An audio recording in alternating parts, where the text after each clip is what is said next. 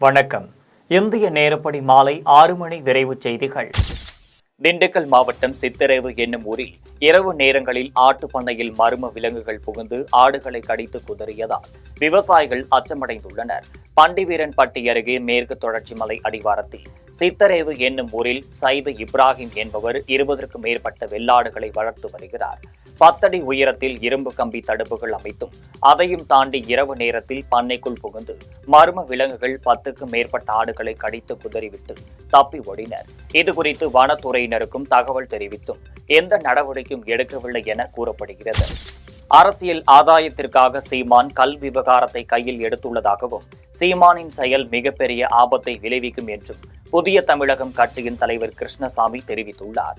மதுரையில் செய்தியாளர்களிடம் பேசிய அவர், மாஞ்சோலை தேயிலை தோட்ட தொழிலாளர்களின் குடும்பங்களை அப்பகுதியிலேயே குடியமர்த்த வேண்டும் என கூறி வழக்கு தொடுத்துள்ளதாகவும், இவ்வழக்கில் தமிழ்நாடு அரசு சொந்த மக்களுக்கு எதிராகவே உயர்நீதிமன்றத்திலும் உச்சநீதிமன்றத்திலும் வாதாடியதாகவும் தெரிவித்தார். கல் உண்பதால் வரக்கூடிய பாதிப்புகள் குறித்தும் திருக்குறளில் கூறப்பட்டுள்ளதாகவும், இந்த நிலையில் அரசியல் காரணத்திற்காக சீமான் கல் விவகாரத்தை கையில் எடுத்துள்ளதாகவும் கிருஷ்ணசாமி தெரிவித்தார். தொடர்ந்து மாஞ்சோலை பகுதியில்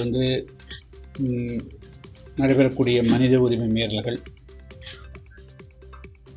இரண்டாவது தமிழ்நாடெங்கும் இப்பொழுது மது போதை வஸ்துகளுக்கு ஆளாகின்ற காரணத்தினால் பல்வேறு விதமான சமூக ஏற்படக்கூடிய சீரழிவுகள் மீண்டும் தொடர்ந்து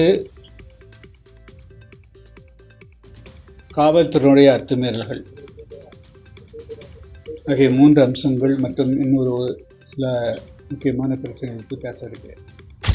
10 கோரிக்கைகளை நிறைவேற்ற வலியுறுத்தி தமிழ்நாடு நில அளவை அலுவலர்கள் ஒன்றிணைப்பு சார்பில் மதுரையில் வேலைநிறுத்தம் மற்றும் ஆர்ப்பாட்டம் நடைபெற்றது. மதுரை மாவட்ட ஆட்சியர் அலுவலகம் முன்பு நடைபெற்ற ஆர்ப்பாட்டத்தில் களப்பணியாளர்களின் பணி சுமையை குறைத்தல், தரம் இறக்கப்பட்ட குறுவட்ட அளவர் பதவியை மீண்டும் வழங்கல், ஊதிய முரண்பாட்டை களைத்தல் உள்ளிட்ட கோரிக்கைகளை வலியுறுத்தினர். சங்க தலைவர் ராஜ்குமார், மாநில செயலாளர் முத்து முனியாண்டி உள்ளிட்டோர் இந்த ஆர்ப்பாட்டத்தில் கலந்து கொண்டு அரசிற்கும் எதிராக முழக்கமிட்டனர். 10 அம்ச கோரிக்கைகளை வலியுறுத்தி கடந்த மாதம் திண்டுக்கல் மாவட்டம் கொடைக்கானலில் மாநில செயற்குழு எடுத்த முடிவுகளின்படி இன்று 10 அம்ச கோரிக்கைகள் நிறைவேற்ற வலியுறுத்தி 2 நாள் 15, 16 ஆகிய 2 நாள் வேலைநிறுத்தத்தை தொடர்கிறோம். திருவண்ணாமலை மாவட்டம் செய்யாறு திருவனந்தபுரம் நகராட்சியில் உங்களுடன் ஸ்டாலின் முகாமை கோட்டாட்சியர் ராமகிருஷ்ணன் தொடங்கி வைத்தார்.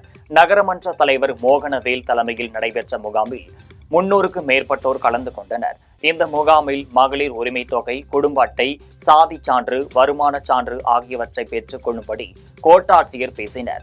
இந்நிகழ்வில் நகராட்சி ஆணையர் கீதா, வட்டாட்சியர் அசோக் குமார், மாவட்ட ஊராட்சி உதவி இயக்குநர் வேல்முருகன், நகர செயலாளர் வழக்கறிஞர் விஸ்வநாதன் உள்ளிட்டோர் கலந்து கொண்டனர். சென்னை நேதாஜி போஸ் சாலையில் அமைந்துள்ள வேத விநாயகர் கோவிலை இடித்ததை கண்டித்து இந்து முன்னணியினர் ஆர்ப்பாட்டத்தில் ஈடுபட்டனர். விநாயகர் சிலையை காணவில்லை என கூறி இந்து முன்னணி செய்தி தொடர்பாளர் இளங்கோவன் ஆர்ப்பாட்டத்தில் ஈடுபட்டார். அனுமதியின்றி ஆர்ப்பாட்டத்தில் ஈடுபட்ட போராட்டக்காரர்கள் 20 பேரை காவல்துறையினர் கைது செய்து தனியார் மண்டபத்திற்கு அழைத்துச் சென்றனர். இதனால் அங்கு போராட்டத்தில் ஈடுபட்டவர்களுக்கும் காவல்துறையினருக்கும் இடையே தள்ளுமுள்ளு ஏற்பட்டது. NSC போஸ் ரோடு இந்த இடத்துல இருக்கக்கூடிய நாம நிற்கக்கூடிய இந்த இடத்துல ஒரு விநாயகர் கோவில், அந்த விநாயகர் கோவிலுடைய பெயர் வேத விநாயகர். நூற்றாண்டுகள் பழமையான ஒரு கோவில். இந்த நூற்றாண்டு பழமையான கோவில்ல ஒரு அம்மா, அந்த அம்மா இந்த கோவில, அந்த அம்மாவோட சொந்த இடம் இது. இந்த இடத்துல இந்த கோவிலை கட்டி பராமரிச்சுட்டு வராங்க. கடலூர் மாவட்டம் நெய்வேலி அருகே வடக்கு குத்து ஊராட்சியில் உங்களுடன் ஸ்டாலின் முகாமை சட்டமன்ற உறுப்பினர் சபா ராஜேந்திரன் தொடங்கி வைத்தார். முகாமில் பல்வேறு அரசு துறையினர் கலந்து கொண்டு பொதுமக்களிடம் கோரிக்கை மனுக்களை நேரடியாக பெற்றனர். அவர்களுக்கு காப்பீடு அட்டை, சான்றிதழ்கள் ஆகியவற்றையும் அரசு அதிகாரிகள் வழங்கினர். கன்னியாகுமரி மாவட்டம் பூதப்பாண்டி அருகே இருசக்கர வாகனம் மீது கார் மோதியதில் மாணவர் உட்பட 2 உயிரிழந்தனர். பூதப்பாண்டியை அடுத்துள்ள ஈசாந்தி மங்கலத்தைச் சேர்ந்த அபிஷேக் நாகர்கோவிலில் உள்ள கல்லூரியில் ITI படித்து வந்தார். இவருடைய நண்பர் துவாரங்காட்டைச் சேர்ந்த ஆகாஷ். இவர்கள் இருவரும் நாவால்காட்டிலிருந்து துவாரங்காடு நோக்கி இருசக்கர வாகனத்தில் சென்று கொண்டிருந்தனர். அப்போது முன்னால் சென்ற வாகனத்தை முந்தி செல்ல முயன்ற போது எதிரே வந்த சொகுசு காரில் நேருக்கு நேர் மோதினர். இந்த விபத்தில் காயமடைந்த இருவரையும் பொதுமக்கள் மீட்டு ஆசாரிப்பள்ளம் மருத்துவமனைக்கு அனுப்பி வைத்தனர். செல்லும் வழியில் இருவரும் உயிரிழந்தனர். இதற்கிடையே விபத்தை ஏற்படுத்திவிட்டு நிற்காமல் சென்றவர்களை கைது செய்ய கோரி அவர்களின் உறவினர்கள் ஆசாரிப்பள்ளம் மருத்துவக் கல்லூரி மருத்துவமனை முன்பு சாலை மறியலில் ஈடுபட்டனர். காஞ்சிபுரம் மாவட்டம் உத்தரமேரூர் ஒன்றிய கவுன்சிலர்களின் ஆலோசனைக் கூட்டம் வட்டார வளர்ச்சி அலுவலகத்தில் நடைபெற்றது. ஒன்றிய தலைவர் ஹேமலதா தலைமையில் வட்டார வளர்ச்சி அலுவலர் பானுமதி முன்னிலையில் நடைபெற்ற கூட்டத்தில் பருவமழை கால முன்னெச்சரிக்கை தடுப்பு நடவடிக்கைகளை மேற்கொள்ள தீர்மானம் நிறைவேற்றப்பட்டது.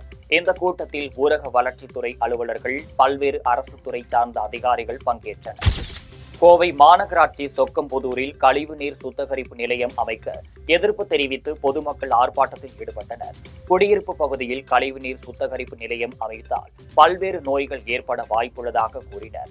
முதலில் வடவள்ளியில் கழிவுநீர் சுத்திகரிப்பு நிலையம் அமைக்கப்பட உள்ளதாக கூறப்பட்ட நிலையில் அதை மாற்றி செங்கம்புதூரில் ஏன் அமைக்க வேண்டும் என்று பொதுமக்கள் வினாவினர். காவல்துறையினர் பேச்சு நடத்தியதை தொடர்ந்து ஆர்ப்பாட்டம் கைவிடப்பட்டது. கன்னியாகுமரி மாவட்டம் பூதப்பாண்டியில் உள்ள பூதலிங்க சுவாமி சிவகாமி அம்பாள் கோவில் தெப்பக்குளத்தில் மீன்கள் செத்து மிதப்பதால் பக்தர்கள் வேதனையடைந்துள்ளனர். கோவிலுக்கு வரும் பக்தர்கள் தெப்பக்குளத்தில் கால்களை நனைத்துவிட்டு சாமி தரிசனம் செய்வதை ஐதீகமாக கருதி வருகிறார்கள். இந்த நிலையில் தெப்பக்குளத்தை தூர்வார டெண்டர் விடப்பட்டும் பணிகள் சரியாக நடக்காததால் தெப்பக்குளத்தில் மீன்கள் செத்து மிதக்கின்றன. இதனால் இனியாவது தெப்பக்குளத்தை தூர்வாரி அதன் புனித தன்மை கெடாமல் காக்க வேண்டும் என்று பக்தர்கள் கோரிக்கை வைத்துள்ளனர். இந்தியாவின் தூய்மையான நகரம் என்ற பட்டத்தை தொடர்ந்து 8வது முறையாக இந்தூர் வென்றது. மேலும் மத்திய அரசின் வருடாந்திர தூய்மை கணக்கெடுப்பில் சூரத் 2வது இடத்தையும் நவி மும்பை 3வது இடத்தையும் பிடித்துள்ளது. இதற்காக டெல்லியில் ஜனாதிபதி திரௌபதி முர்மு என்று விருதுகளை வழங்கினர். விழாவில் சுகாதாரத்துறை அமைச்சர்கள் கலந்து கொண்டு விருதுகளை பெற்றனர். கோவை தொடர் குண்டு வெடிப்பில் கைதான டெய்லர் ராஜாவை காவலில் எடுத்து விசாரணை நடத்துவதற்காக காவலர் நீதிமன்றத்திற்கு அழைத்து வந்தனர். 1998ஆம் ஆண்டு நிகழ்த்தப்பட்ட கோவை தொடர் குண்டு வெடிப்பில் தொடர்புடைய இருவரை 28 ஆண்டுகளுக்கு பிறகு கைது செய்துள்ளனர். அவரை 5 நாள் காவலில் வைத்து விசாரிக்க நீதிமன்றம் உத்தரவிட்டது. திருவண்ணாமலை அடுத்த மங்களம் அரசினர் மேல்நிலைப் பள்ளியில் புதிதாக மேம்படுத்தப்பட்ட நவீன கணினி வகுப்பறையை முன்னாள் ஊராட்சி மன்ற தலைவர் துரை மாணவர்களின் பயன்பாட்டிற்காக திறந்து வைத்தார். இவ்விழாவில் பள்ளி தலைமை ஆசிரியர் சசிகலா குமாரி, கழக தலைவர் விஸ்வநாதன், பள்ளி மேலாண்மை தலைவர் நதியா, SM ஜுவலர்ஸ் உரிமையாளர் சதன் உட்பட பள்ளி மேலாண்மை குழு உறுப்பினர்கள், பெற்றோர்கள், ஆசிரியர்கள் கலந்து கொண்டனர். திருப்பூர் மாவட்டம் தாராபுரம் சுதந்திர போராட்ட வீரர் தீரன் சின்னமலையின் போராட்டத்தை தளபதியாக விளங்கியவர் மாவீரன் பொல்லான்.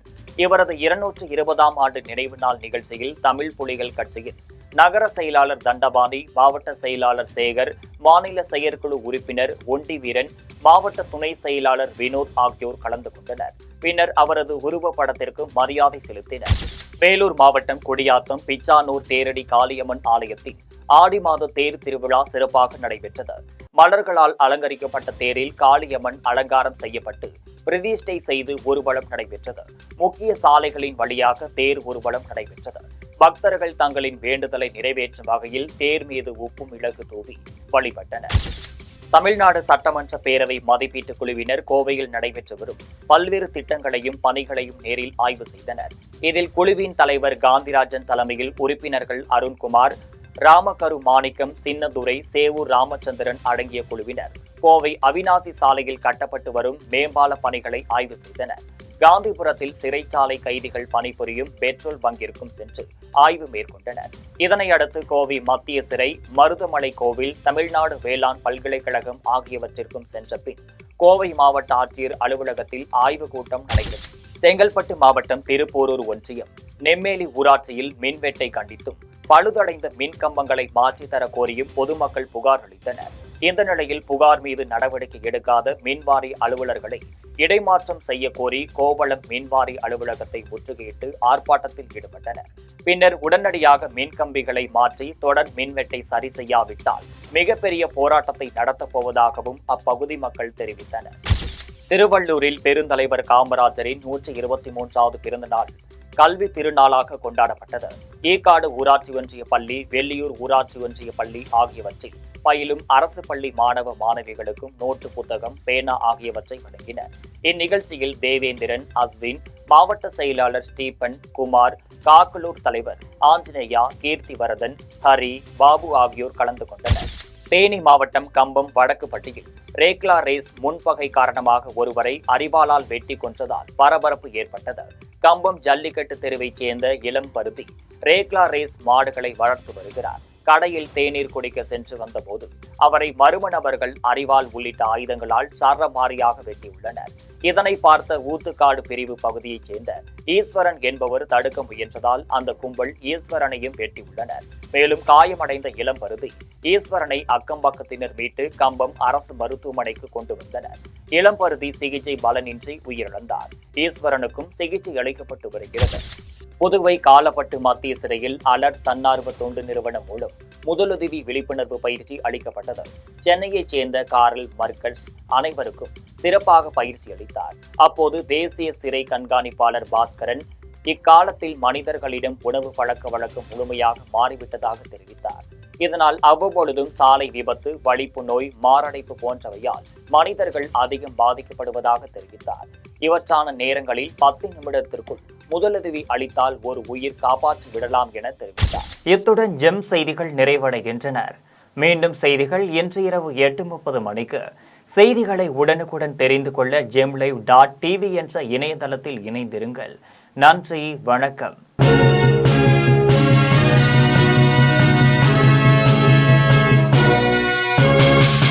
உடனுக்குடன் அப்டேட் தெரிந்து கொள்ள ஜெம் டிவி தமிழ் ஆப்பை இன்ஸ்டால் செய்யவும்.